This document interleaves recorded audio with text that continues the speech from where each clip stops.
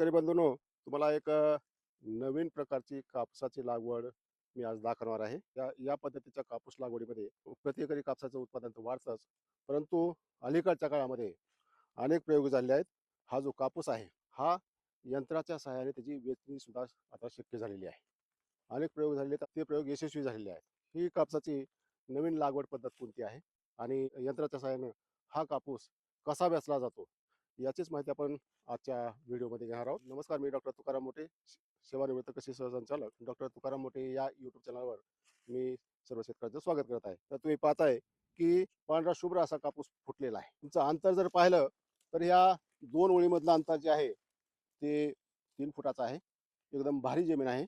आणि दोन ओळीमधलं अंतर जे आहे ते साधारणतः कुठं पाऊण फूट आहे, कुठं 1 फूट आहे, कुठं अर्धा फुटावर सुद्धा आहे. तर इथं जे कापसाचं प्लांट पॉप्युलेशन आहे ते सर्वसाधारणपणे एका एकरामध्ये 25,000 कापसाची झाड आहे. या कापसाची यांत्रिकी पद्धतीने वेचणी कशी करायची आणि त्यासाठी काय काय काळजी घ्यावी लागते, याचीच माहिती आपण या व्हिडिओमध्ये घेणार आहोत. 2015 या सालापासून दरवर्षी तुम्ही सघन पद्धतीने कापसाची लागवड करता आणि तुमचं संयुक्त कुटुंबामध्ये, एकत्र कुटुंबामध्ये साधारणतः 50 ते 60 एकरपर्यंत तुमचा अशा पद्धतीने कापसाची लागवड केलेली असते.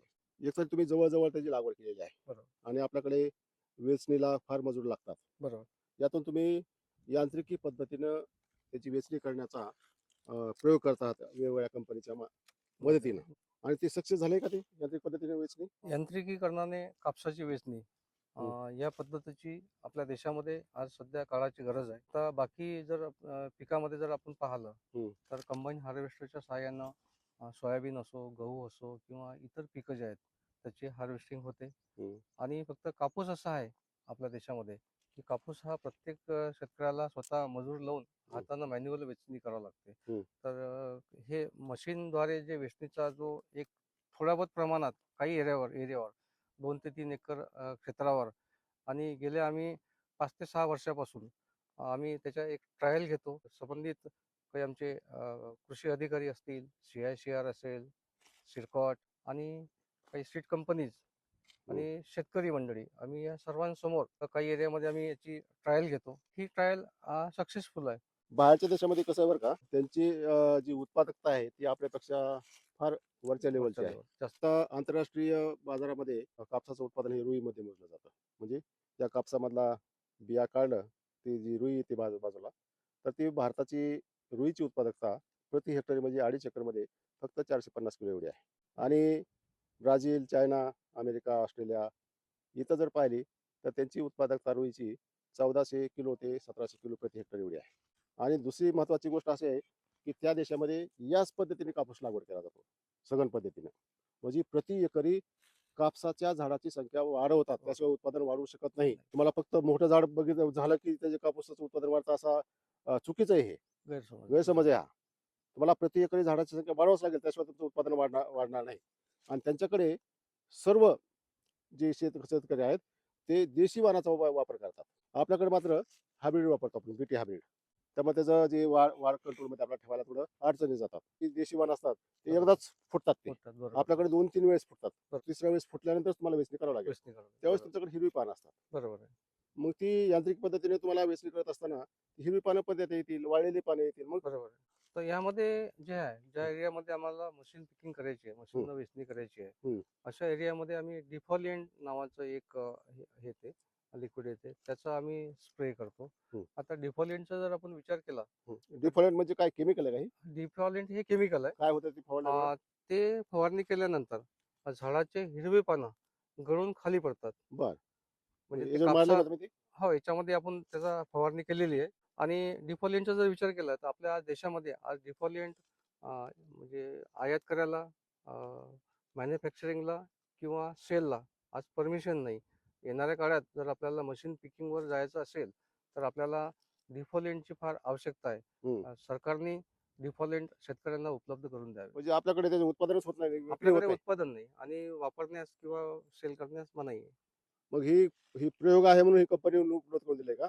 ही हो, जी आता हे CICR ट्रायल मधून काही एक डेमो हा, थोड्या बहुत एरियावर डेमो प्लॉट आहे. डेमो प्लॉट आहे. आम्ही बर. एक CICR त्याच्यावर संशोधन करते आहे हा. आणि त्याचे एक चांगले रिझल्ट आपल्याला इथं पाहावयास मिळतात. दुसरी गोष्ट ते कसं मशीन काम करतं, ते म्हणजे कशी वेचणी करतात ते? मशीन ना का? हा मशीन कशी वेच हा, करताय? आपल्या देशामध्ये जर पाहिलं तर 2 रो म्हणजे 2 तास घेऊन चालणारी 2 लाईन हा घेऊन चालणारी एक मशीन आहे.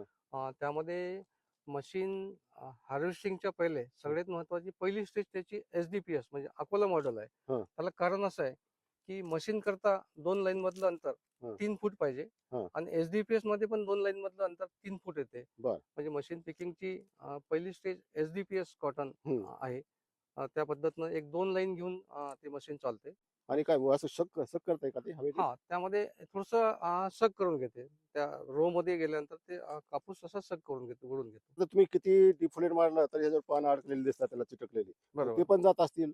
मग ही जिनिंगवाले घेतील का? जो आपला हातानं वेचलेला कापूस जो असतो मजुराच्या सहाय्यानं, त्याच्यामध्ये ट्रॅशचं प्रमाण कमी येते म्हणजे आणि पानं वगैरे अशी? हां, हं. किंवा आता हे जे आहे, हे जे नक्की ज्याला म्हणतो आपण, हा नक्कीच्या मागच्या साईडला जे पानं असतात ते. हे पान आहेत किंवा हे जे कचरा आहे, हा हा ट्रॅश हा कापसासोबत येऊन जातो. हा हा ट्रॅश काढण्यासाठी हा आता अ, हे काढलं की ते हे हां, चिटकलं त्याला. याला येतो हा. आणि हा बारीक तुकडे येऊन जातात त्याचे. हम्म. साधारणतः हा जर पाहिला, हं, तर नक्कीच्या मागच्या साईडला असलेला हा जो ट्रॅश त्या कापसामध्ये येतो. हं. हा ट्रॅश करण्याकरता बाकीच्या इतर देशामध्ये प्री क्लीनर उपलब्ध असतात. आपल्या देशामध्ये कुठंच जिनिंगमध्ये हे प्री क्लीनर उपलब्ध नाही आहे. शासनाने सरकारने शक्यतो प्री क्लीनरची जर उपलब्ध जिनिंगमध्ये करून दिली, तर आपण मेकॅनिकल हार्वेस्टिंगवर आपण जाऊ शकतो. हं. पहिली समस्या आहे डिफॉल्ट उपलब्ध करून देणे, नंतर प्री क्लीनर उपलब्ध करून देणे. या बर. 2 गोष्टी जर उपलब्ध झाल्या, हं, तर आपण मशीन पिकिंगपर्यंत जाऊ शकतो. हं, सगळ्यात महत्त्वाची खेदाची बाब ही आहे, की आपल्या देशामध्ये बजाज जे आहे, बजाज हे प्री क्लीनर बनवतो हं. आणि इतर देशामध्ये त्याचं एक्सपोर्ट करतो. त्याची व्हॅल्यू आपल्या देशामध्ये नाही आहे. हा दुसरं शक्तिमान सारखी कंपनी आहे. हा cotton picker machine, cotton master त्याला म्हणतो. हे इथं आपल्या देशामध्ये त्याचं मॅन्युफॅक्चरिंग इथं बनवतो आणि इतर देशामध्ये त्याचं एक्सपोर्ट करतो. दुसऱ्या देशाला त्याचा फायदा होतो. बर. त्याचा फायदा आपल्या देशाला होत नाही. बरं आता हे जी तुमची शक्तिमानची जी यंत्र आहे, यंत्र ही बरोबर, कापूस गोळा करते बरोबर, झाडापासून, तर किती केलं तरी याच्यामध्ये स्ट्रॅश येत असणार आहे, किती टक्के बरोबर. असतो तो? ट्रॅश साधारणतः 22 ते 25% पर्यंत ट्रॅश त्यामध्ये येतो. येतो. मग तो वेगळा करण्यासाठी तिथे प्री क्लिनर पाहिजे. ते वेगळे करण्यासाठी प्री क्लीनर पाहिजे. बरोबर. असंच आहे ना? हो, हां. जे ह्या 2 अडचणी ज्या आहेत, या जोपर्यंत केंद्र सरकार सोडवत नाही, सोडत नाही. बरोबर आहे. तोपर्यंत तुम्हाला यंत्राच्या सहाय्यानं कापूस वेचता येणार नाही. बाकीच्या इतर देशामध्ये जे डिफॉल्ट वापरला जातो, हां, ते डिफॉल्ट कधी आपल्याकडे उपलब्ध झालं, हां, तर त्याचा ट्रॅशचं पर्सेंटेज हां. साधारणतः 15-16 पर्यंत 17 पर्यंत ट्रॅश कंटेंट आपल्याला येऊ शकते. बरं, असं प्रभावी डिफॉल्ट मार्क म्हणजे बाकीच्या देशामध्ये उपलब्ध आहे. बरं. आपल्याकडे आहे का ते? आपल्याकडे उपलब्ध नाही. आता आपण जे पाहतोय, आपण हां, शेअरचं जे डिफॉल्ट आहे, हां, त्याच्यामध्ये आपण वापर केलेला आहे. हां. पण आता ठीक आहे, उपलब्ध असल्यापैकी चांगलं आहे. शेअरचं डिफॉल्टवर काम एकदम चांगलं दरवर्षी चालू आहे. त्याच्यात चालू आहे. पण एवढ्या प्रमाणात ही जी तुम्ही बाहेरचं आहे, इथं जास्त प्रमाणात पानगळ झालेली आहे. बरोबर आहे. तर त्या सीआयएसआरनी जे डिफोल्ट तयार केलेले आहे, हो. तिथं आहे का एवढं प्रमाण पानगळण्याचं? आहे पण पण हं, त्यांच्या तुलनेत थोडंसं कमी आहे. बरं. पण येणाऱ्या काळात शेअर पण एक चांगल्या क्वालिटीचं डिफॉल्ट आपल्याला देऊ शकतो. अपेक्षा करूया, या दोन्ही अडचणी सोडवल्या जातील. चांगल्या प्रकारचं दिशादर्शक असं तुमचं काम चालू आहे. त्याबद्दल तुमचं अभिनंदन.